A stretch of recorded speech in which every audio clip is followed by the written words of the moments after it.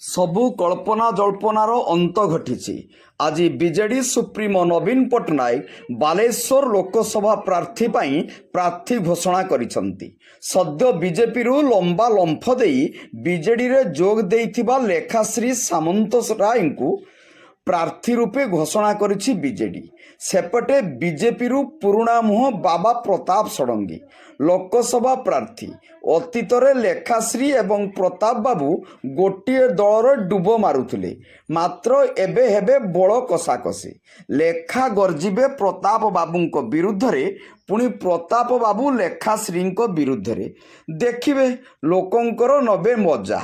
मात्र बालेश्वर लोक कौन एते बोका कि तुमर चालाकी को बुझी पारिबे नहीं। समस्त को जना बीजेपी और बीजेडी दुईटी जाक कोड़ाकोड़ी भाई भाई। एणु एठू बीजेडी जितिले भी निहाल, बीजेपी जितिले भी निहाल।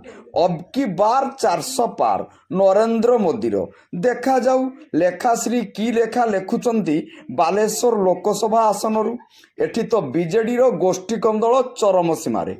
किए कुआड़े गले तृणमूल नेता तार ठिकणा नहीं। मात्र असल गोटीटा बीजेडी रो अछि पूर्वतन सांसद सभापति बालेश्वर रवींद्र जेना पाखरे।